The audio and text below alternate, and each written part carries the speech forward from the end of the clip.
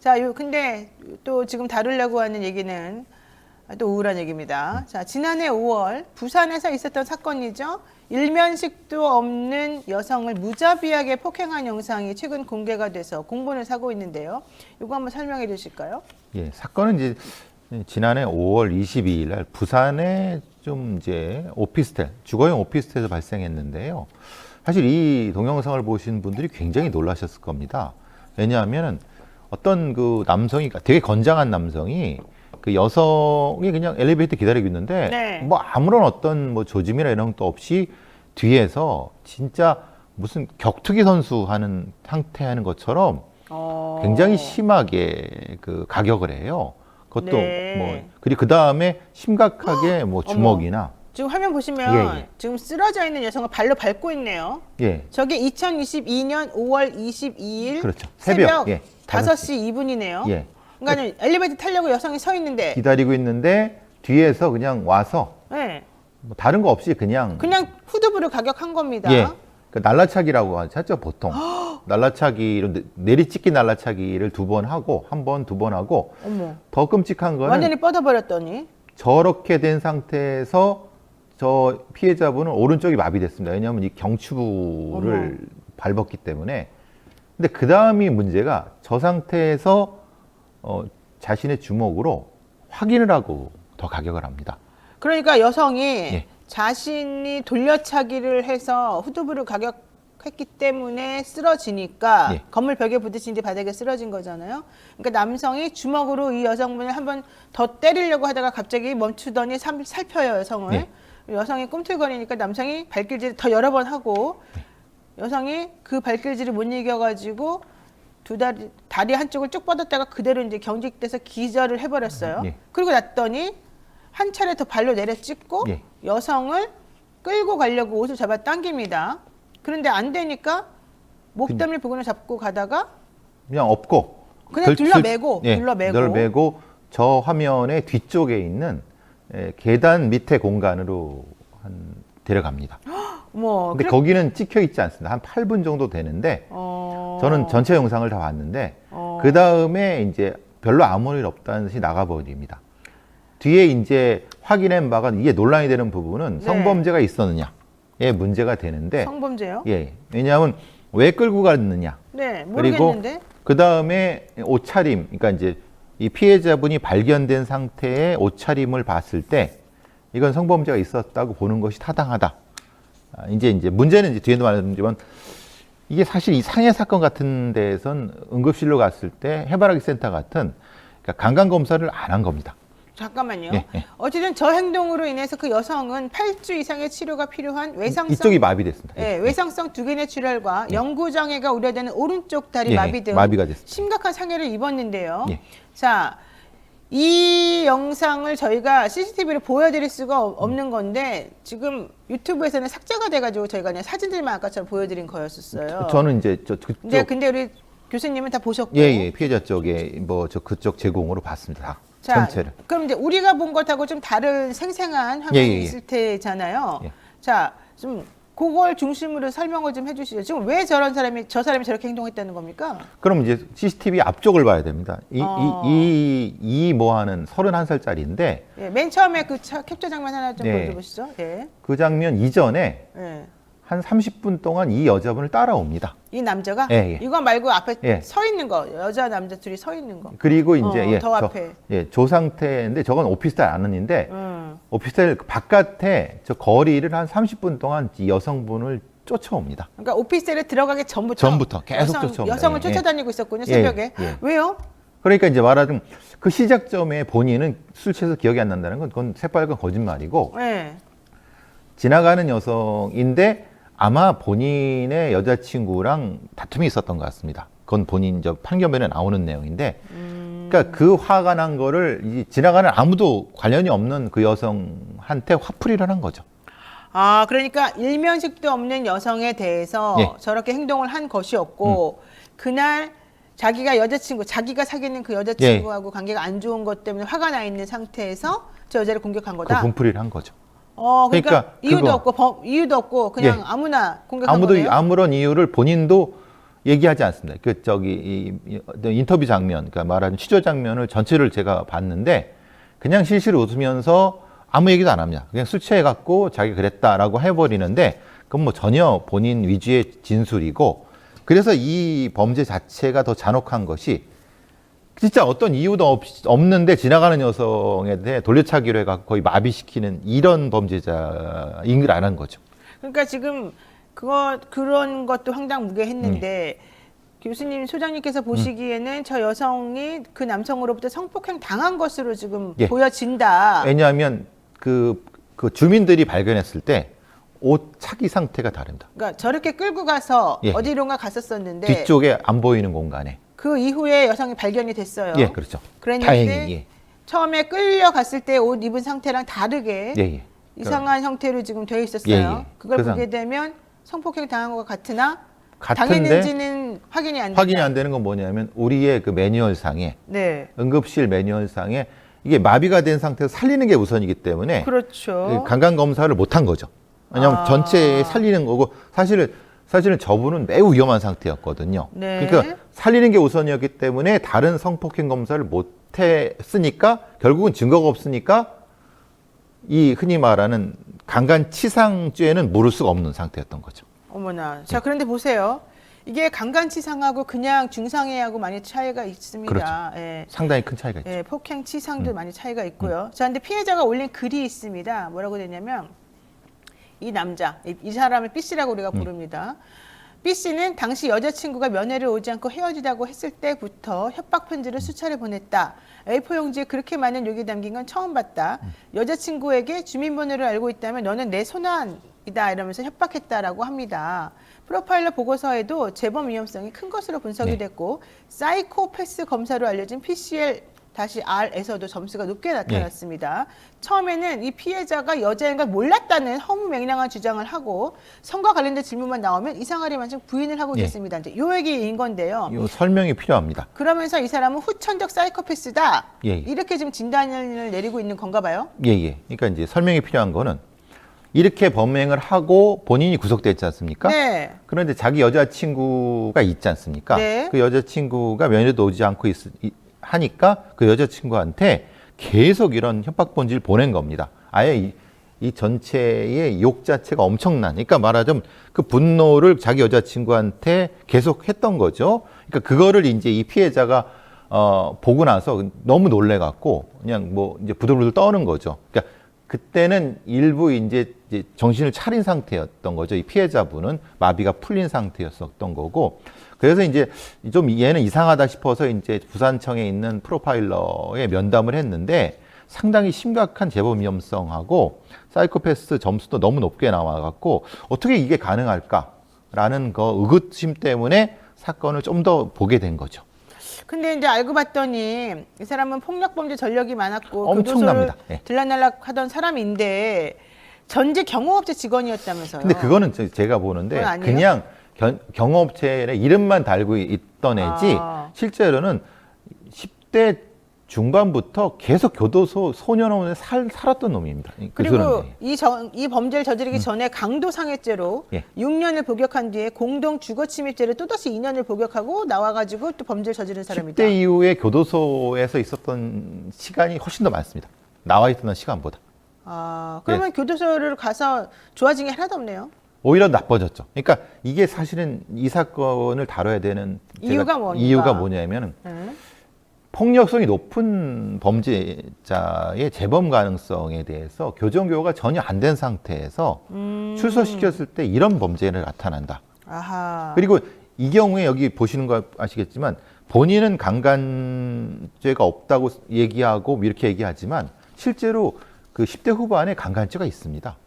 본인이 전과가 있습니다. 10대 후반에 강간 전과를 갖고 있어요? 있는데 문제는 이제 이게 종합적으로 교도소 내의 재범 방지라든가 폭력성을 낮추는 프로그램에 전혀 이런 종류의 수용자들은 들어가지가 않는다는 겁니다. 그러니까 대충 한 4년 정도 수용한 다음에 나오는 거죠. 근데 그때는 이미 폭력성이 굉장히 높아진 상태에서 나와서 길거리에 아무 여성이나 이렇게 공격할 수 있는 아주 위험한 쪽에서 이제 저기 출소가 된다는 겁니다. 근데 이 남자 때문에 이 여성분은 물론 뭐 트라우마가 심한 건 말도 못하고 해리슨 기억 상실이라고 하는 병을 앓게 됐다는데 그게 무슨 말입니까? 그냥 이 머리를 얼마나 세게 맞았는지 그냥 그 자체가 기억이 안 난다는 거예요. 처음에는. 그러니까 뇌에 충격을 받았던 거죠. 뇌 충격이 너무 예, 심해서. 너무 심해갖고. 그래서 몇 달 지난 다음에 겨우 정신을 차리게 된 거예요. 그러니까 우리가 보통 드라마에서 예. 보게 되는 그러한 종류의 기억상실. 당장 누군지 못 알아보고 예. 무슨 상황인지 몰랐다가 예. 나중에 이제 간헐적으로 예. 기억이 그래서 살아나고. 겨우 회복된 게 몇 달 뒤. 그러니까 이분은 사실 살아난 것도 용한 겁니다. 그래요? 그 예, 정도로 심했어요? 예. 그런데도 이 남자는 자기가 잘못했다고 하던가요? 아니죠. 술 때문이다. 기억이 안 난다로 일관하고 있습니다. 그래서 1심 판결이 나왔잖아요. 네. 1심 판결에서 살인 미수를 검찰이 원래 구형했는데 20년 구형했는데 법원이 12년만 선고했다. 예. 물론 뭐 20년간 위치 추적 전자장치를 부착하라고는 했으나 남성은 왜 내가 살인 미수냐 항소하고 있는 상황이다. 그렇죠. 이런 얘기고요. 지금 이 살인미수로 적용된 것도 사실은 그전에는 경찰에서는 상해죄로 들어갔는데 네. 검찰에서 다시 본 거죠.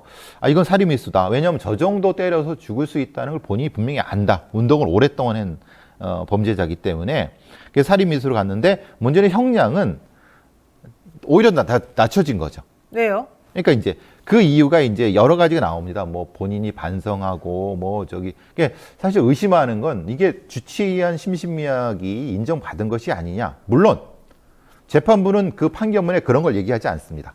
그런데 문제는 형량이 너무 이상한 거예요. 저 정도면 죽을 정도까지 때렸는데 그리고 마비가 돼 갖고 영구장애가 영구장애 오는데도 불구하고 판결문 자체가 너무 이상한 거라서 사실은 이걸 다뤘던 사람들이나 프로파일러들이나 수사관들이나 검사들도 좀 이상하다. 이런 분이 그리고 이제 공탁 문제도 좀 걸립니다. 공탁이요? 예. 그러니까 합의가 안 되니까 공탁을 해버린 거예요. 그러면 이거를 받아주면 안 되지 않습니까? 네. 합의라고. 근데 이제 그게 문제가 됐던 거죠. 자, 그런데 저는 이것도 문제지만 또 하나의 특이한 점을 발견했습니다. 뭐냐면요. 이 살인미수 혐의로 재판에 남겨진 이 가해 남성, 이 남성이 이 여성을 이유도 없이 묻지마 폭행을 하고 결국 사람을 반 죽여놓고는 네. 그 길로 자기는 여자친구네 집에 갔다는 거예요. 그렇죠. 그게 바로 2022년 5월 22일 정도에 갔나 봐요. 예, 그날 범행 그날 날이니까. 범행하고 가서 한 3일을 숨어 있었어요. 여자친구 집에. 네. 여자친구는 그 남자가 다른 여자를 그렇게 폭행해가지고 그 여자가 죽어간다는 걸 알면서도 이 남성을 3, 4일 동안 자신의 집에 숨겨줍니다. 그러면서 경찰이 남성이 어디 갔냐 이렇게 물어보니까 그 사람 헤어졌기 때문에 나는 몰라요 라고 거짓말을 해주는 거거든요. 이거는 왜 그런 이름도 거예요? 달리 얘기하고 그래서 이제 수사가 여자친구를 협박했을 가능성에 대해서도 수사를 했어야 된다. 그러니까 지금 이 여성은 공범이 돼버린 겁니다. 그렇죠. 범인은 이게. 예, 예. 근데 실제로 그게 아니라 이 여성도 역시 피해자일 수 있다. 왜냐하면 이 범인이 이 여성한테 협박을 해서 나 여기 숨어 있는 거 얘기하지 마라 이렇게 했을 가능성이 높다고 보는데 그거는 수사가 좀 안 된 것 같아요. 그러니까 이 여자친구라고 하는 여성도 사실은 본인에 대한 분노를 이 남자가 다른 예, 정말 그렇죠. 아무런 잘못이 없는 제3자에게 풀어가지고 그 사람의 인생을 망가뜨렸다는 것에 대해서 죄책감을 좀 느껴야 될 것 같아요. 느끼고죠. 예. 느끼는지 안 느끼는지는 모르겠지만 그렇죠. 그런데 어쨌든 본인은 남자친구가 와서 숨겨달라 그러니까 숨겨주고 거짓말까지 했는데 거짓말까지 했어. 자, 그래서 그건 이제 이제 겉으로 형량. 드러난 거고 그렇죠. 지금 소장님께서 보신 거는 그 사람이 그렇게 거짓말 한 거는 정말 뭐 사랑해서 내지는 공범이어서라기보다는 그 남성으로부터 협박받았기 때문에 가능성도 있으니 예. 그것을 좀 수사했어야 되는 거 아니냐 이제 이런 얘기잖아요. 그렇죠. 수사를 안 했다는 걸까요? 설마? 네, 그 부분은 그냥 되게 단순하게 본 거죠. 여자가 범인 은닉죄로 처벌을 그냥 해버린 거고 이 범인이 이 여자를 이용해서 자신을 숨기려고 했던 부분에 대한 수사는 좀 미진했던 부분인 거죠. 그러니까 전체의 범죄 상황이 드러나지 않은 겁니다. 즉 이 범인은 이렇게 범행을 하고 자기 여자친구도 협박해서 감췄는데 결국은 그 감춘 것은 여자가 뒤집어 쓴 형태가 된 거죠. 그러네요. 가해 남성은 자신은 누군가를 살해할 고의는 전혀 없었다. 당시 술에 취해서 심신미약 상태에 있었고 기억도 잘 나지 않는다 이런 주장을 했습니다. 재판부는 그런 점을 받아들이지는 않았고요. 자신의 폭행 행위가 피해자에게 사망이라는 결과를 발생시킬 가능성 또는 위험성을 이 피고인이 인식하고 예견했음에도 폭행을 계속했다. 오피스텔 안으로 들어가면서 CCTV 위치를 확인하기 위해서 뒤를 돌아보는 등 여러 측면에서 심신미약 상태에 있다고 보여지지는 않는다. 피해자와 그 가족이 소소하게 누렸던 평온한 일생은 송두리째 무너졌고 누범 기간 중에 재차 범행을 저지른 것이기 때문에 이 사람에게 법을 준수하려는 의지가 있는지조차 의문이 든다라면서 양형을 내렸습니다. 근데 이렇게 말씀하신다면 판사님 한 20년 때리시지 어떻게 이것을 그래서 이게 12년밖에 안 했을까요? 이 판결문의 이 내용과 형량이 너무 차이가 나는 거예요. 그래서 왜냐하면 이게 1심이거든요. 네. 다시 2심 넘어가면 이제 깎이고 그런다고 보면은 이게 10년도 안 되는 상황이고 정작 중요한 거는 성범죄 부분이 빠졌기 때문에 가석방 부분에서 유리한 형이 된다는 거예요. 성범죄에 있었는지 확인이 안 되는 상황이었기 그렇죠. 때문에. 왜냐하면 성범죄는 지금 무죄가 나와버린 거고 이게 이제 혐의가 없는 상태는 나와버린 건데, 네. 그러니까 강간치상 관련된 부분이 추가가 됐다고 하면은 가석방에서 사실은 이 되기가 어려운 상태인데 지금 이 상태라고 보면 성범죄자 등록도 안 했겠네요, 그러면. 그렇게 되죠. 그래서 이게 우리 사법기구에서 폭력 범죄를 다루는데 너무 미약하다. 네. 그러니까 이 범죄자 같은 경우는 어쨌든 나와버리면 또 똑같은 걸 반복하고 그 네. 폭력이 성적 폭력인데 그걸 성적 폭력으로 보지 않는다는 겁니다. 그렇죠. 일진님, 술 취해서 그렇게 날라치기가 가능할까요? 심신미약은 거짓말인 것 같습니다. 이런 얘기였고요. 오만과 편견님, 법률을 고칠 게 정말 많은데 선진국이라면서 법률은 몇십 년 전에 만들고 새로운 환경에 맞게는 안 하는군요. 좀 고쳐야 될 것 같습니다. 이런 얘기하고 있고요. 예, 그 말씀에 참 동의합니다. 그러니까 네. 지금 형법조항은 굉장히 이전 겁니다. 좋아요. 그렇다면 어쨌든 말씀하신 대로 이 사람 교도소를 들락날락하면서 더 극악 무도해졌다는 얘기잖아요. 그렇죠. 왜 교화가 안 됩니까? 왜냐하면 거기서 이런 범죄자들은 굉장히 생활을 잘합니다. 오히려 모범생답게 해요? 그러니까 교도관들한테 너무 잘합니다. 왜냐하면 강자니까. 약자한테는 너무 무자비하게 하는 거예요. 그러니까 교도소에서 교도관한테 잘하니까 가석방 선수가 너무 좋습니다. 그렇군요. 그러니까 얘네들은 이걸 너무 잘 이용하는 거예요. 그러니까 근데 교도관 입장에서도 편하잖아요. 말 잘 들으니까. 그러니까 빨리 내보내 주는 거예요. 근데 문제는 나가면은 또 들어오는 거죠. 이게 반복되니까 폭력성 자신이 가지고 있는 폭력성을 전혀 교화할 생각을 못 한다는 겁니다. 이게 우리의 행영과 사법 중에 큰 문제점입니다. 아니 재범 위험성도 높게 나왔다고 그러던데. 높이 그래도- 나왔는데 그 점수를 가지고 가석방을 하는 것이 아니라 그건 또 별개예요. 그렇죠. 그거는 참고사항일 뿐이고 실제로 거기 들어가는 가석방 위원들이 판단하는데 주로 가석방 위원들의 판단은 교도관들의 판단이 전제됩니다. 이게 우리나라의 이 가석방 왜 문제 삼는 거죠. 왜냐하면 가석방으로 나오는 애들이 왜 이렇게 더 나쁜 놈들이 더 많아. 이게 그 의문이 사실 여기서 있는 겁니다. 그렇군요. 그러니까 교정교화 시설이 원래 교도소여서 거길 갔다 오는 거는 더 이상 범죄 저지르지 말고 위하, 범죄를 억제해라 이런 취지였는데 오히려 거길 갔다 오면서 그냥 하나의 장난치듯이 그렇죠. 훈정처럼 이렇게 행동하는 거군요. 얘가 진짜 교도소를 장난처럼 느낀다는 게 그 네. 앞에서 면담하는 걸 보면 진짜 이게 무슨 농담하는 것처럼 보입니다. 면담 1시간 동안 할 때 교도관이나 교도관 생활관한테 얘기하는 걸 보면은 이게 진짜 이 장난치는 느낌이라고 봅니다. 그러니까 우리나라 교도소는 특히 성범죄 관련해서는 또 교화 프로그램이 있지만 나머지 폭력이나 이런 걸 휘두른 사람들에 대한 교화 없습니다. 프로그램은 거의 없는 걸로 알고 있어요. 그렇죠. 그러니까 폭력성을 교화하는 프로그램도 좀 만들어야 되고 그런 쪽에 개선이 좀 필요한 것 같은데 이런 사람들은 교도소 생리를 너무 잘 아니까 그렇죠. 그냥 자기네한테 유리한 쪽으로만 행동하는군요. 개선하려면 어떻게 해야 될까요?